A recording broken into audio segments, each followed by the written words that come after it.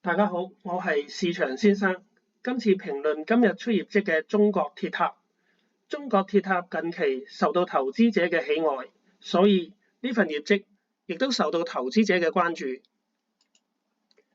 今集主要內容講兩方面，第一係業績有乜嘢亮點，第二係業績有乜嘢瑕疵。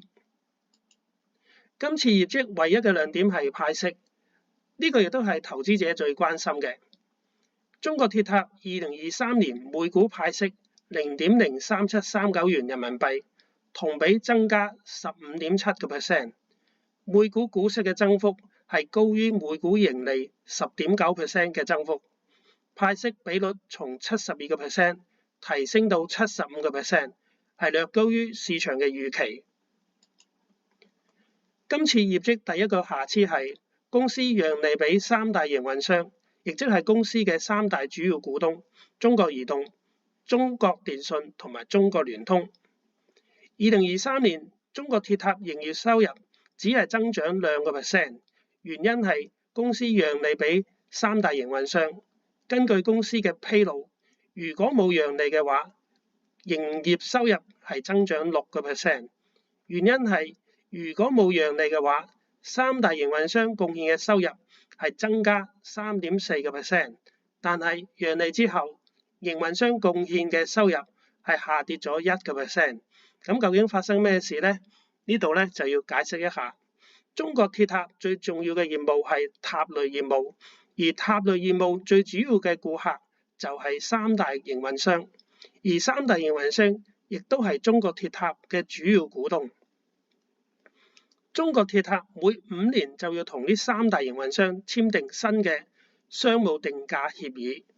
咁於2022年底，中國鐵塔就同三大營運商簽訂咗新一期嘅5年商務定價協議，覆蓋由2023年到2027年呢5年嘅收費價格。簡單啲嚟講，新一期嘅5年商務定價協議比較上一期嘅主要變化就係中國鐵塔俾啲三大營運商嘅折扣提升咗2.4個百分點，收費折扣打多咗，意味三大營運商要支付嘅費用少咗，亦都意味着中國鐵塔從三大營運商賺取嘅收入會少咗。業績第二個瑕疵係經營現金流同埋自由現金流大幅下降。2023年中國鐵塔經營現金流從2022年嘅651.34億元大跌50%到只有328.4億元，自由現金流更加從2022年嘅389.27億元大跌97%到只有11.25億元。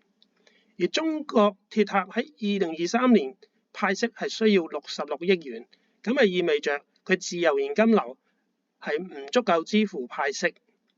不過好彩，管理層透露，經營現金流喺2023年下半年還比上半年已經大幅回升84%。2023年下半年嘅自由現金流已經轉為正數23.92億元。經營現金流大幅下降嘅原因係三大營運商嘅應收帳大增76%。咁綜合以上嚟睇，中國鐵塔呢個仔對三大主要股東真係好有擔當，讓利絕不手軟。